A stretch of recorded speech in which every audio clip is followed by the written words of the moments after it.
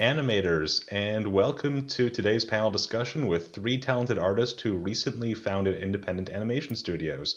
Joining this discussion are panelists Chaz Bottoms, founder of CBA Studios, David Leo, founder of Empty Cel Studios, and Spencer Wan, founder of Studio Grackle. Chaz, David, and Spencer, welcome to the panel. Thanks. It's great to be here. Thank you. Thank you for being here. So let's start with an introduction. Let's go around and describe your studio and the work that your studio specializes in, starting with Chaz. Chaz, tell us about yourself. Hey everyone, I'm Chaz Bottoms. I am a director and story artist, and I am the founder of CBA Studios. We're a boutique Black-owned animation studio based in Los Angeles. We're a virtual studio where we kind of look to combine animation, storytelling, and hip-hop culture lens. We've done work for John Legend, Steve Harvey, Adult Swim, and Lil Nas X, to name a few. What we really try to do is strive to collaborate and build a diverse studio, kind of working with artists and animators globally. All right. And David, can you tell us a little bit about yourself and Empty Cel Studio? Yeah, hello, Dave Liu, art director and 2D animator. I work primarily in the video game industry, but Empty Cel Studios has done, sort of the boutique animations. A few things we worked on was a promo animation for Going Under, River City Girl Zero, and then recently a short promo for the Batman movie.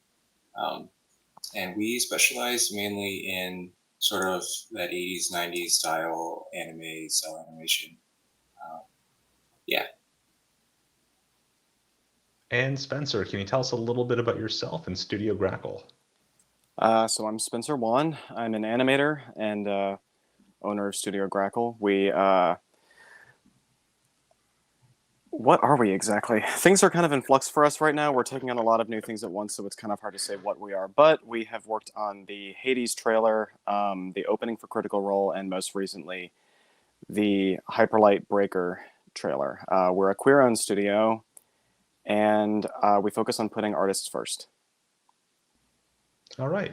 So let's go around. I wanted to ask, what is a typical day like in production on a project at your studio, and what roles and responsibilities do you personally take on?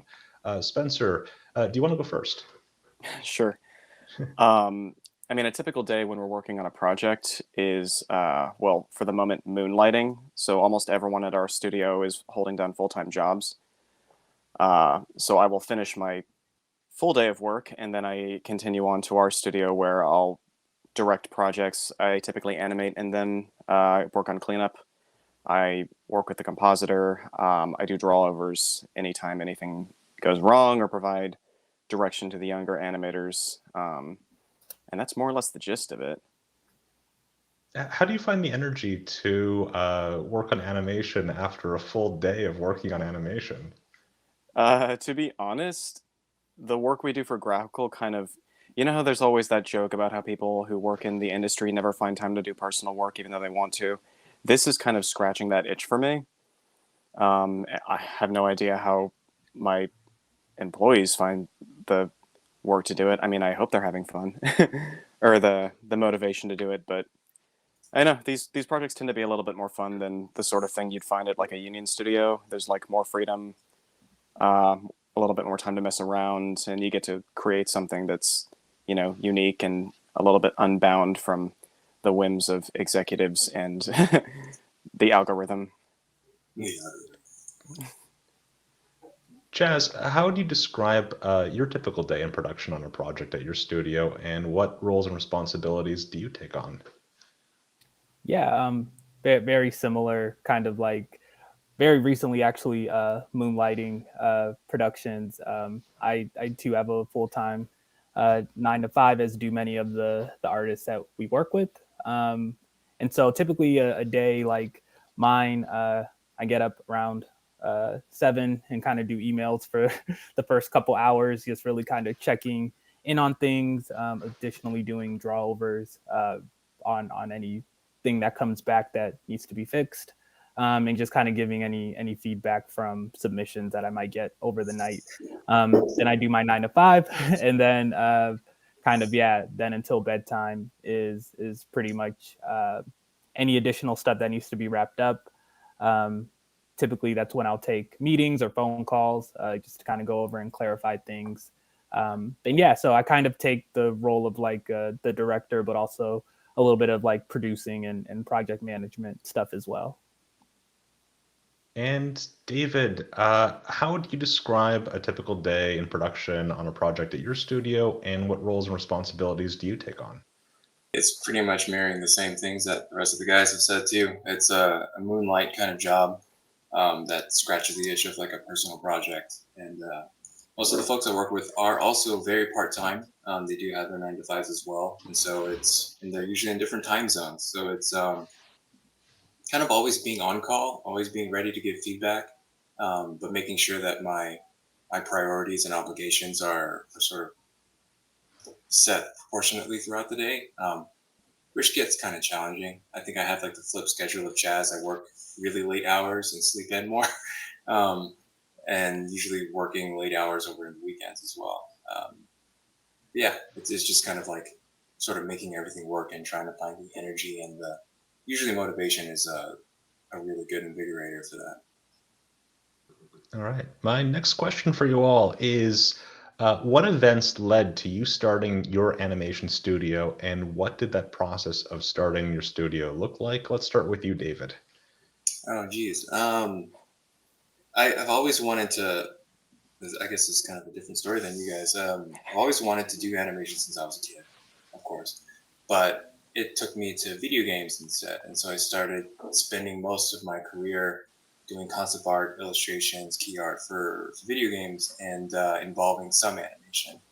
And so what sort of led to it was working with folks like Patrick Standard and the Knights of the Light Table, and just sort of getting my feet wet with animation production, given it was also a boutique part-time gig. And I ended up started getting some gigs based off of the experience with them, and then also my own breadth of work. And I was like, yeah, I can do this. I could manage a small team. We can do this only part-time. And yeah, the same tweet that Spencer has pinned on his Twitter, where it's like, I accidentally started an animation studio. It's kind of the same thing. All right. Spencer, what is Studio Grackle's origin story? Oh, God. Yeah, well, so I had more or less given up on the idea of starting an animation studio. You know, everyone in college or fresh out of college always talks about how they want to change the industry and start an animation studio. And I held on to that dream for years before deciding that it probably was never going to work out for me. And then one day, Supergiant reached out to me with this Hades trailer asking if I would work as an individual. And I said, well, yeah. And they said, well, except that we can't hire you as an individual because of California Assembly Bill 5. We need you to create a business entity if you want to take on this work. And I was like, well, if I'm going to create a business entity, you may as well let me hire a team and figure out this whole thing with like a collaboration, because I'm more interested in that than working as an individual if you're going to make me start an entire business for this. And they were like, sure, that sounds fine. So I just kind of, without thinking about it, started an animation studio. As one does. As one does, yeah. And they were like, oh, yeah, you know, you need... I was like, oh, I got to have like a logo. Like, drew a logo in 30 minutes. I hate it now. We're about to do some serious rebranding. I just came up with a studio name during a lunch break. I was like, well, the only thing that's coming to my mind is Grackle. So that's our studio name now. And we're just going to charge forth with this thing and see what happens. That's amazing. Chaz, what led to you starting CBA Studios, and what did the process of starting that studio look like? Yeah, so I came out of college with the desire to be a storyboard artist in the industry. And so kind of through the rejection that kind of comes when you're trying to break into the industry, kind of led me down the freelance lifestyle and path. And so I really started to find my niche in like hip hop music videos and kind of doing stuff for like local brands. And, as the artists who I were working with started to grow in their respective music careers, I was starting to grow in like the animation space. And so essentially we had started to, or I had started to get projects where it's like, oh, I can't, animate and design the characters. Like they were just starting to get too big in scope for one person. And kind of around that same time, I really did desire to kind of break into narrative storytelling, just to kind of scratch that itch of wanting to be a storyboard artist. And so I was like, well, the best way to kind of do our own stories and to protect that IP is to maybe start an animation studio. And so it kind of happened by accident as well too, where it was like that wasn't the plan. Like coming out of college was to start a studio. It was to just kind of work in the industry, but it definitely provided me an opportunity to work with some of my fellow freelance artists who I admired, and as well as artists on social media who were looking for additional freelance work as in addition to their studio work. So that's kind of where we got our start. So I had a bunch of questions prepared for this panel discussion, and I thought they were pretty good questions, but I saw that Patrick Stannard had just left us 2 questions in the chat. Patrick is the founder of Knights of the Light Table, and I think his questions are really good, so I'm going to just ask you those ones instead of the next one. Chaz, what were some unforeseen challenges you had when starting your own studio that you wish you knew ahead of time? Oof. I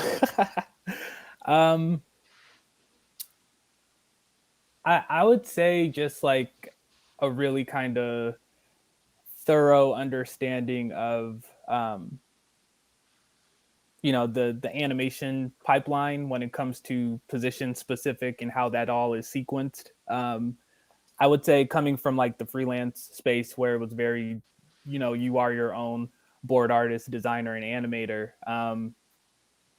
When you start to break that up and have people doing each of those jobs as like a single individual, stuff with like scheduling and just rates and more of the like technical side of things started to become a little bit more complicated than I would have liked, especially too just from the business side of things. I mean, I'm an artist at the end of the day, like, so anything that kind of, when it comes to the business side of things, is like, I think at the beginning, maybe finding someone to help out with that type of stuff. Like now I definitely do, and stuff runs a lot more smoother. And we've kind of learned from trial and error ways to address pipeline and scheduling, so just that way, like nothing is getting bottlenecked at any part of the process. So that's probably the biggest thing. David, same question. What are some unforeseen challenges that you had when starting your studio that you wish you knew ahead of time? I feel like the unforeseen circumstances is always the challenge. It's what you don't see. You trial and error, learn from your past history, and then move forward. But then there's always some kind of new thing that gets thrown in the mix, and you have to try to adapt to. For me, it was more the sort of when I first got promoted to art director, it was realizing that I'm going to be doing a lot more managing and red line notes and drawovers versus just heads down drawing, animating. So it was really the challenge of that mental gear shift of going between creating something to managing and working with your team and getting the best out of them. I think that's probably my answer to that. And Spencer, same question. What are some of the things that you wish you knew ahead of time when starting Studio Grackle? Literally the exact opposite of everything everyone just said. I was already pretty comfortable as an animation director and a director. For me, it was things like email, starting a bank account, becoming a line producer effectively, tracking data on the speed of the people that work for us, budgeting, paychecks. Paying people when you work with so many international freelancers is really complicated. Basically anything that involves actually owning the business and nothing involving the actual pipeline. No, that's a really good consideration, and it's something that I think a lot of artists might not think about when starting a studio is what does running a studio actually mean in terms of having a business and your responsibilities associated with that. Um, Yeah. I wanted to ask Patrick Stannard's second question, which is actually very closely related to that. What are some of the costs associated with starting and keeping a studio running, including things like fees and contractors? So, Spencer, what are some of the things that you think about when thinking about costs? So I design our budgets based around the data that we've collected so far. I have kind of like this giant spreadsheet now of all of the average times it takes people to do a thing. And I use those to design those budgets plus 10% contingency, and then the studio needs to profit as well. And so far, we have not exceeded budget, actually. I insist people on paying union rates, and I came in as an already pretty decent negotiator, so we've been able to survive just on the fact that I can keep the pipeline from exploding. And yeah, at the end of the day, we haven't really had money trouble yet. We're doing pretty well. Although we're about to... How much do I talk about this? Here's a fun announcement. I'm about to go full-time on Grackle. So this is going to be like a big fun experiment where I now have to support myself on only the money that the studio brings in. And that's terrifying because I have not taken a paycheck yet. That is I focus terrifying, on, but also yeah. congratulations. Yeah. Thank you. Yeah, I focus on paying everyone else, and whatever might have gone to me just goes to the studio to later pay anyone else or work on original projects. So it's a fun new undertaking, and I will have to consider this way more than I used to. Chaz, what goes on your big scary spreadsheet when you think about costs and fees associated with your studio? Pretty much the exact same thing. It's like, yeah, the first like couple years, like CBA, we've been around since early 2019, and I very recently just started to be at the point where I could pay myself. But it's the same thing too, where it's like, when a client approaches us, and they have a budget, just again, kind of knowing how to kind of negotiate based on union rates, like that's definitely where we strive to be as well. And really just taking in all that stuff into account. So, what if something goes wrong? What if you need to redo something? What if you need to hire more people? Just again, each time we have a project, I kind of do like almost like basketball, like watching film afterwards, where you just kind of analyze like, this is what worked, this is what didn't work. This worked really well. We should lean, more into that. So really just, again, kind of through the trial and error, understanding this is how much something costs to do, and figuring out like how much we need to pay the studio, how much to pay the artist. And then, you try to leave a little bit for yourself at the end. So I think it's just kind of each time you get a client, kind of knowing that's what it needs to look like in mind, and making it work. And David, same question. What are some of the costs associated with starting and keeping your studio running? I know that our costs are significantly less being based out of Texas. We don't have state tax, and I believe I haven't officially started any sort of LLC thing. We're still in diapers and training wheels. I looked at with my past 2 gigs where our budget was negotiated through the studio, the client, and I just got them in connection with my team, and they just paid them out directly. And so it was just managing where the money went and when to send it off. And the folks that I worked with before, like I said, they all worked part-time. So it was the rate that they felt comfortable for the work. And yeah, I'm just keeping track of all of that. As far as like with keeping up with business expenses and stuff, I've ran my own sort of small merchandise store that I've been running for a few years, and there's a lot of fees and taxes and things that a lot of people don't really think about when they're like, I want to do a thing and make money. You have to put a lot of overhead. The 10% contingency is really important with kind of everything. Just being prepared for the worst as much as you can, because the worst is meaning you're bankrupt or have no money and can't pay bills. Yeah. So. That's a fair point. David, were there any colleagues, mentors, or resources that helped you get Empty Cel off the ground?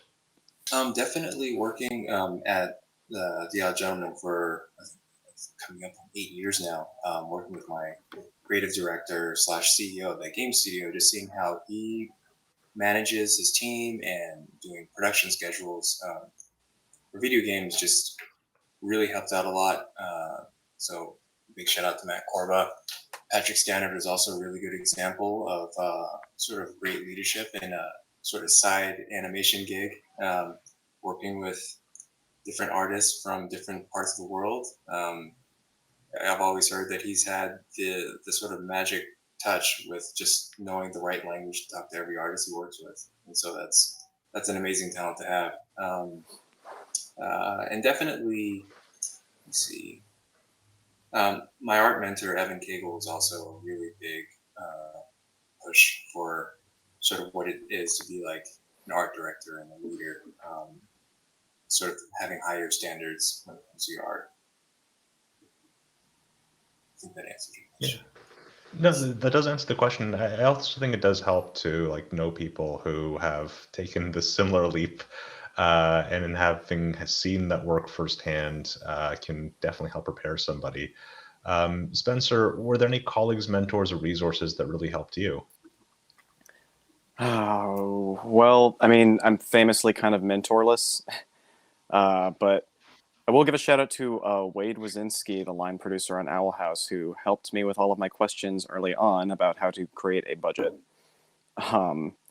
And when it comes to my colleagues, I want to say thank you to Robbie Cook, our lead cleanup artist, Craig Nowicki, our lead compositor, and Serena Wu, our lead in-betweener, and Adam Amaral, our production guy, who have been with me since the beginning. And without them, I probably would have given up on this by now. And Chaz, were there any colleagues, mentors, or resources that really helped you get your studio off the ground? Yeah, I definitely think, right before I had started CBA and I was in the process of kind of weighing the options of starting one, I was able to go see the founder of Bento Box, Joel, give a talk about the start of Bento, and really just I was able to talk to him for a little bit afterwards, and he answered some questions just about kind of the actual logistics of doing so. And then also to shout out to Tiara Little, who let me come to Netflix a few times and kind of see, like, she's a production coordinator. And so she was able to answer a lot of questions just about the production side of things and management and Gantt charts and stuff like that. And also to my manager, Monica Young, who really kind of helped with the business side of things, and also to just overall like kind of career goals and helping kind of cross a lot of those off the list.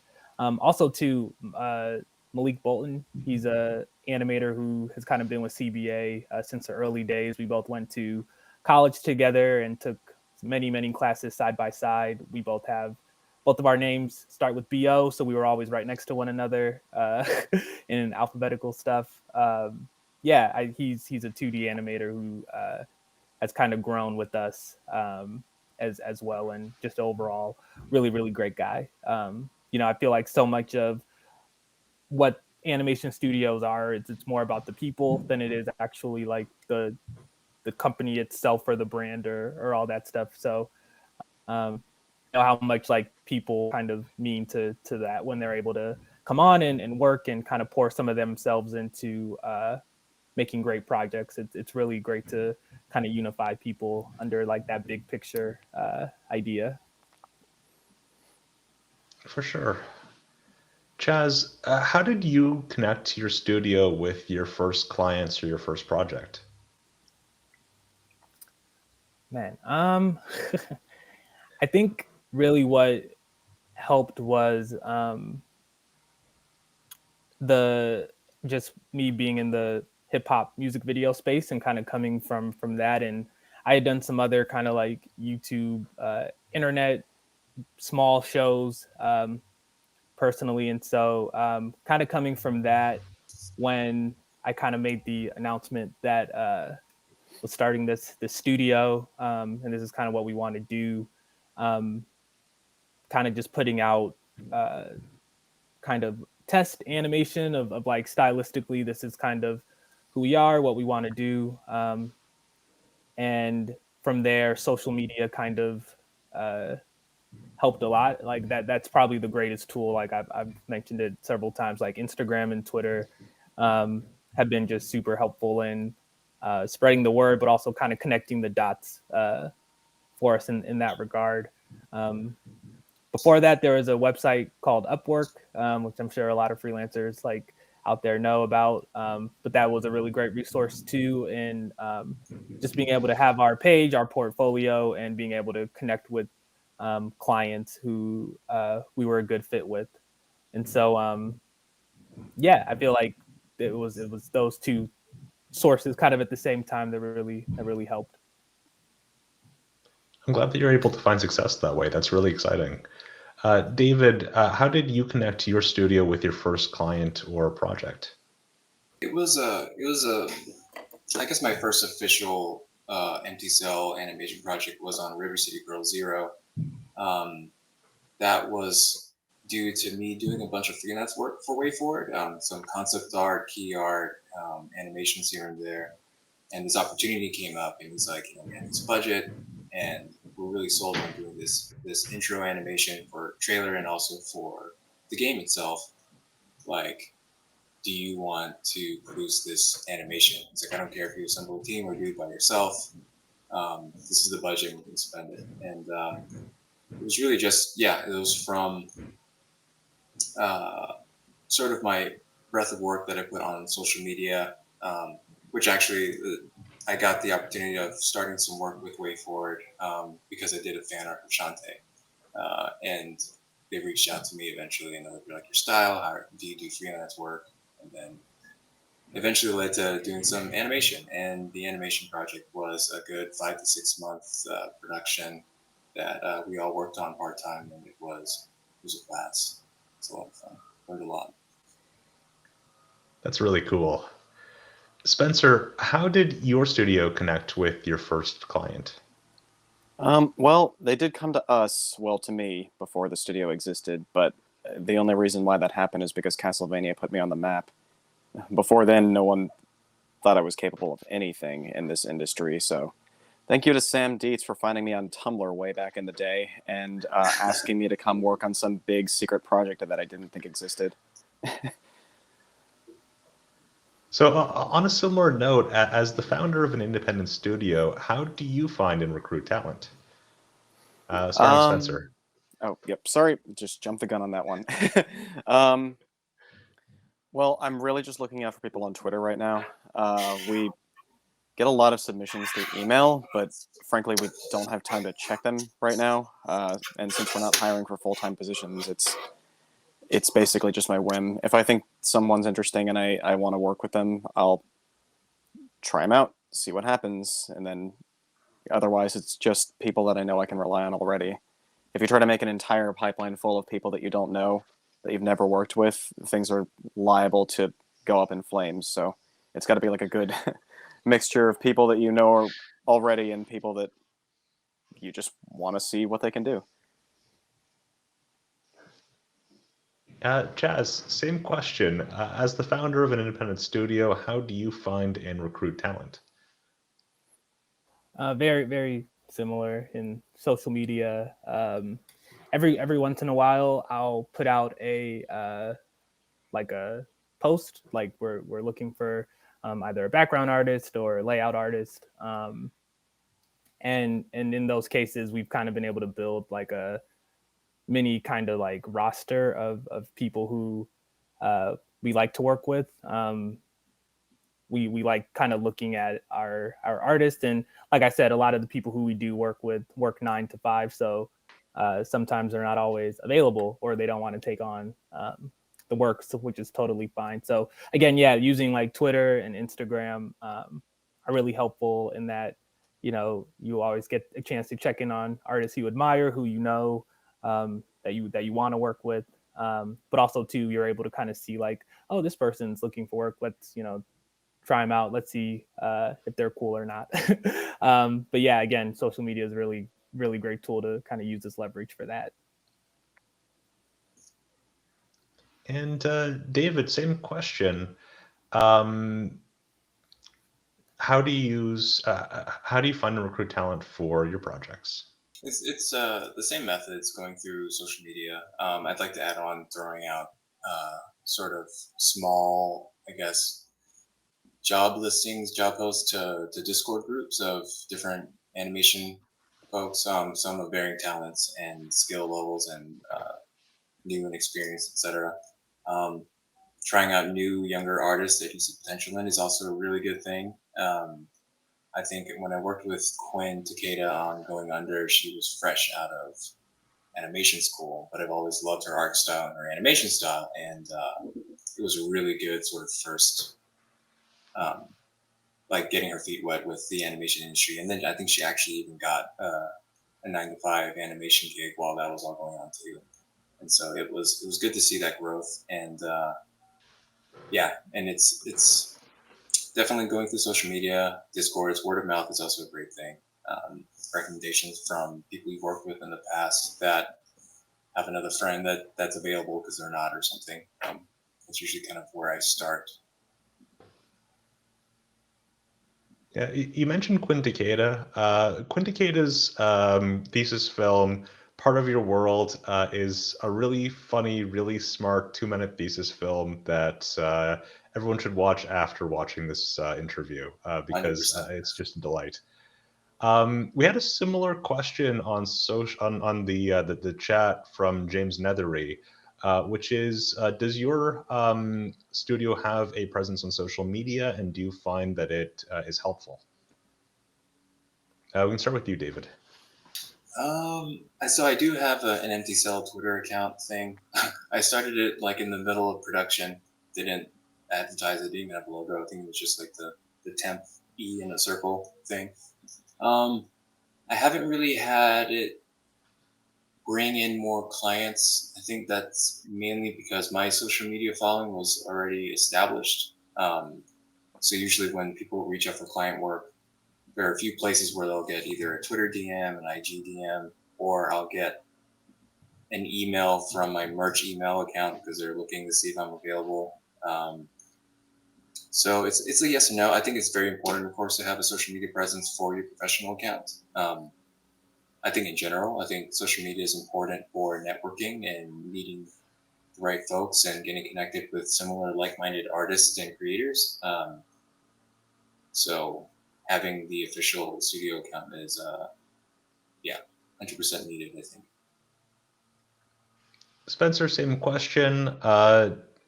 Do you want to talk a little bit about the things that you post on behalf of Studio Grackle and what your approach to that is, and if you find that that is something that brings in business and attention? To be honest, we kind of lucked out in that I had sort of the foresight to set up a Twitter right before the Hades trailer aired, and we scrambled to get it on there the moment that it happened. So our following grew pretty quickly, and honestly, I think a lot of our clients come from Twitter now. They go through our studio's email or our studio's website to get our email from Twitter, most likely. And then it's a lot of word of mouth. For Hyperlight, I knew Alex already, the owner of that studio. We were close friends. Supergiant found me on Twitter, so I think for us, Twitter's a lot. We have other social media presences as well, but they're not quite as big as that one. So for us, it's been very important. And Chaz, do you have a presence on social media either for yourself or for CBA Studios, and do you find that it helps bring in clients? Yeah, absolutely. Very similarly, yeah, it's like the personal account was a long established before CBA, but we do definitely have a an Instagram and a Twitter. And there we just that gives us the opportunity on Twitter to like retweet the stuff that we've done when it comes out, like quote retweet. So really just kind of use that as like our portfolio, but on Twitter, and also to being able to just retweet like art from artists who did like stuff that when they're able to share like their behind the scenes work. And similarly with Instagram too, just again being able to kind of use that as another avenue for like a portfolio, and being able to like share IG stories when stuff comes out, getting tagged and stuff, when artists kind of like put up their reels and some of the stuff they've done for us is in there, getting tagged and stuff like that. I think just kind of helps show, again, getting eyeballs on the work. And then also too, like for me in my kind of personal social media, I always try to direct people to them. So I'll always have CBA, and I think in my Twitter and Instagram bio. But also too, yeah, like a lot of times people will hit me up through my own personal website or a DM, or sometimes through the actual studio forum that we have. So again, just kind of like looking through all the various channels that people can contact us. But yeah, it absolutely helps. That's a good idea. Actually, I'm going to change my Twitter bio. We asked a question before about some unforeseen challenges, so I wanted to ask something on the flip side. Chaz, what was the most rewarding aspect of starting an animation studio? I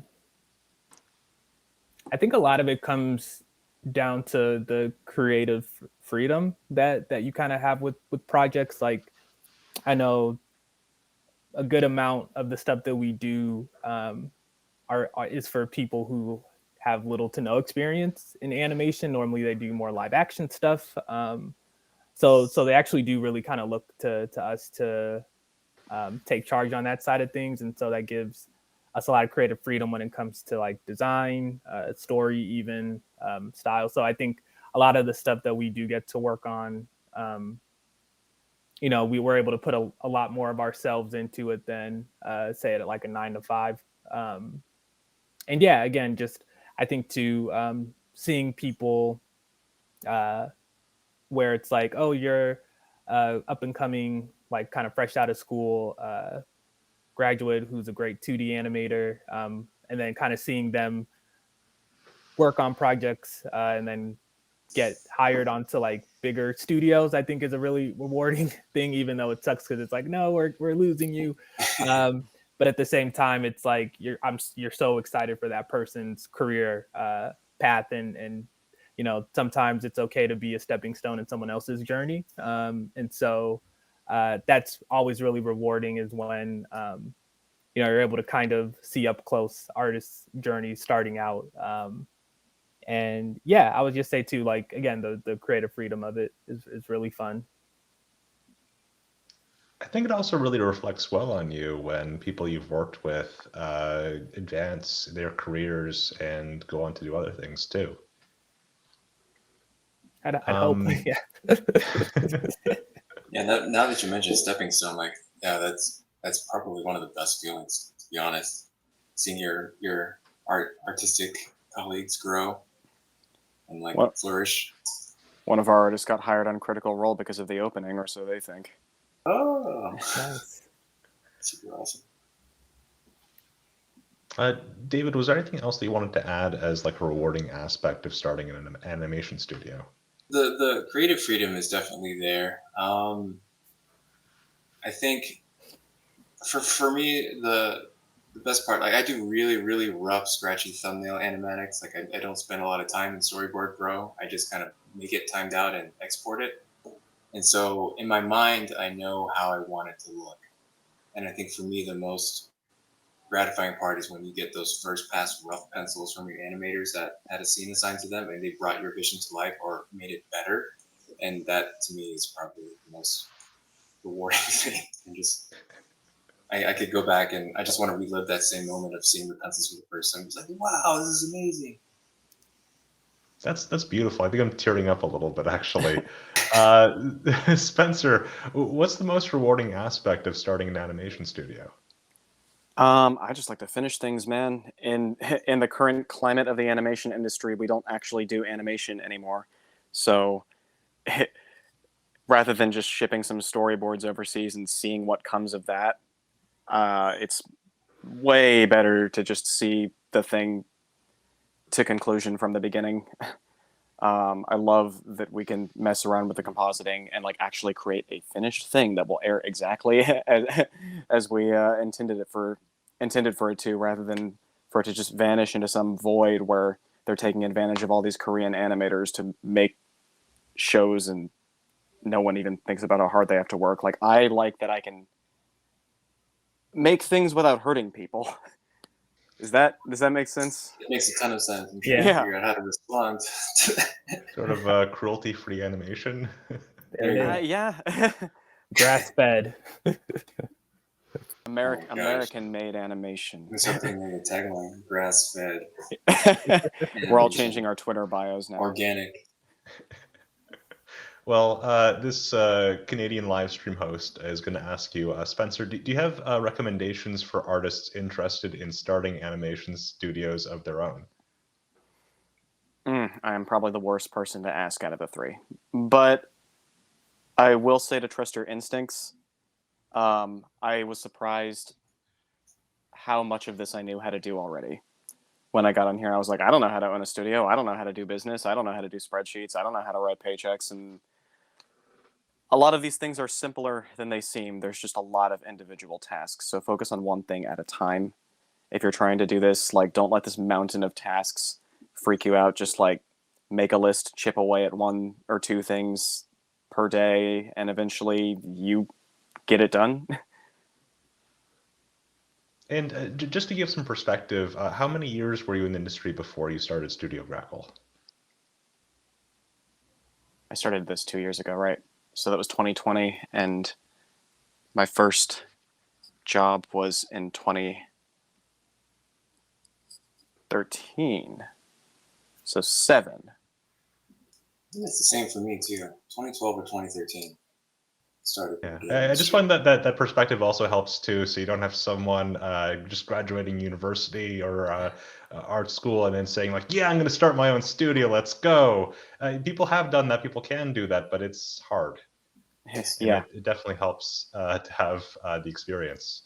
Well, there are Chaz, also do you have- bills to pay. Yes. Chaz, do you have recommendations for artists interested in starting animation studios of their own?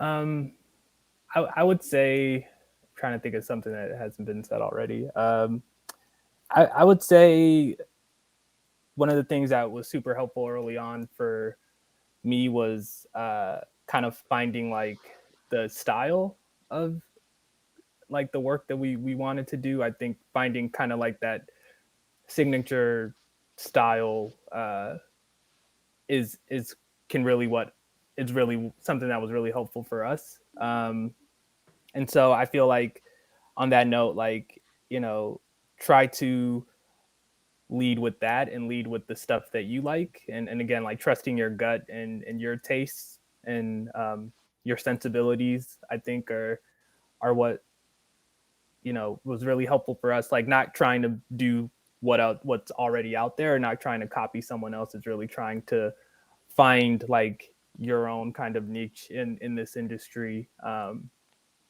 think that's something that can really be the driving artistic force if you're looking to start a studio. Definitely. And David, do you have recommendations for artists interested in starting their own animation studios? Yeah. I know it's probably doesn't even need to be said, but just kind of getting your foot in the door and trying out what the work would be like before you start putting up the building and the storefront. And so, work different positions, kind of see how it feels and what you like, and maybe you don't even like it, but let's say that's the path you want to go down. Don't let the fear of the unknown of what you don't know prevent you from starting it. You will realize that you're not as becoming like a manager, director, owner, CEO, or studio owner, right? Like you're not going to know everything. There will be people that you bring on that do know something better than you. And so I'd say just stay humble, embrace constantly learning and pushing the goalposts further and further. And it's. I mean, I didn't start my professional career till I was like probably almost 30. So it's big props to all the young artists out there that are already living the career in the early 20s and have like so much runway to grow and grow. So yeah, I mean, regardless of what age or skill level, like follow your gut. You're not going to know everything. Do your best. So I've been asking you all very serious questions about starting a studio. I want to ask you questions about art. David, what do you draw when you're not working for a client? It used to be anime.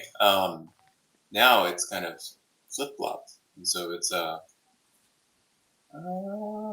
if I'm not drawing something for a client, I'm drawing Space Maria and probably some kind of fan art of some game or animation that's inspiring me.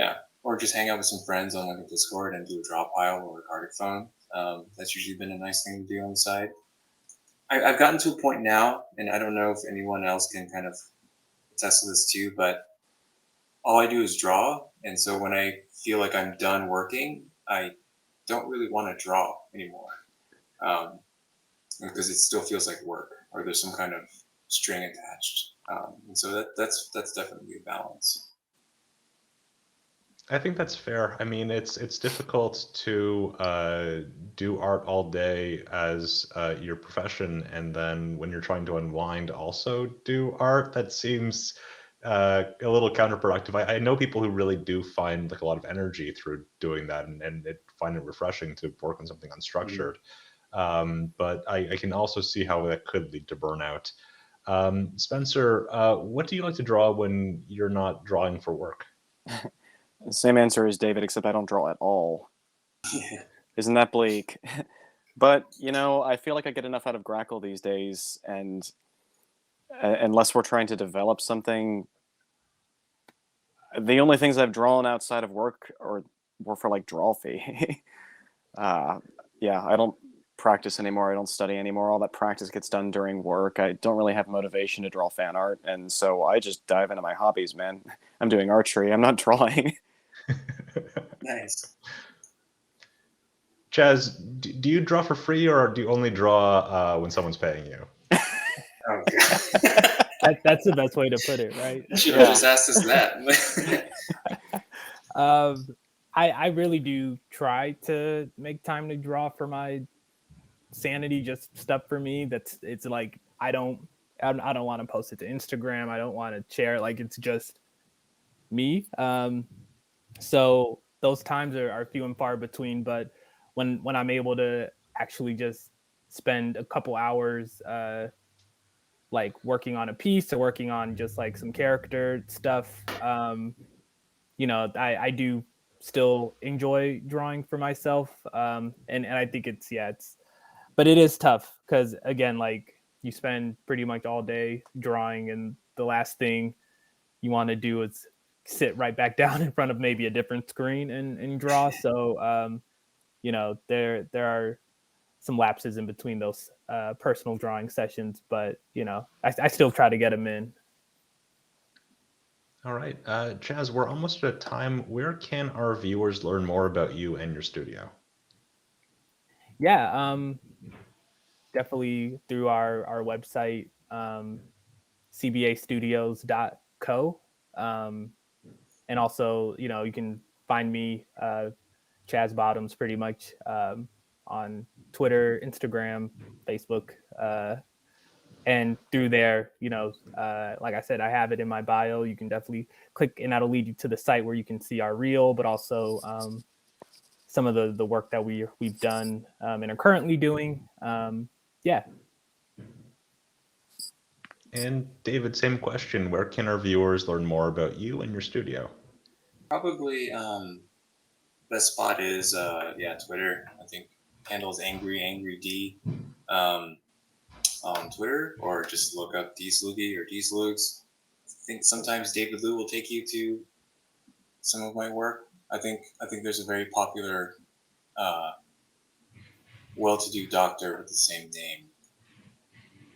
You're not a doctor and an animator. I'm not. No. Okay, just wanted to check. What kind of life would that be? That'd be crazy. And Spencer, where can people find more about you and your work? Well, we're at Studio Grackle on basically any social media you can think of. If you want to follow us on Twitter, that'd be great. But frankly, our YouTube could use a little more attention if you want to get in on that. We're probably going to start posting things that aren't just on Twitter at some point. And we have a website, studiograckle.com, which is going to be revamped probably within the next year. Because frankly, we need to revamp everything. And then I'm at Spencer Wan on basically anything you could think of. If you just want to Google Studio Grackle or Spencer Wan, I'm sure it'll come up. There is a lawyer named Spencer Wan, and I feel really bad that his stuff on Google is always under mine. I mean, getting into like animation law could be kind of cool. All right, Chaz, David, Spencer, thank you all for joining us for today's panel discussion, and thank you to our viewers. If you enjoyed today's discussion, you can find more interviews on our blog at toonboom.com, as well as on Toon Boom Animation channel on Twitch and YouTube. Next Tuesday, on May 3rd, Maria Lascelles will be hosting an art stream for May. So I believe she'll be using Toon Boom Harmony and animating a character, probably with a fishtail of some kind. So it'll be really exciting. And you might not want to miss next Thursday's interview. We'll be interviewing Ashley Nichols about the pilot for her original series, Hell Puppy. I've been very excited by the recent wave of independent creator-driven series, which can expand the craft of animation to more genres. So that's really exciting, and be sure to tune in next time.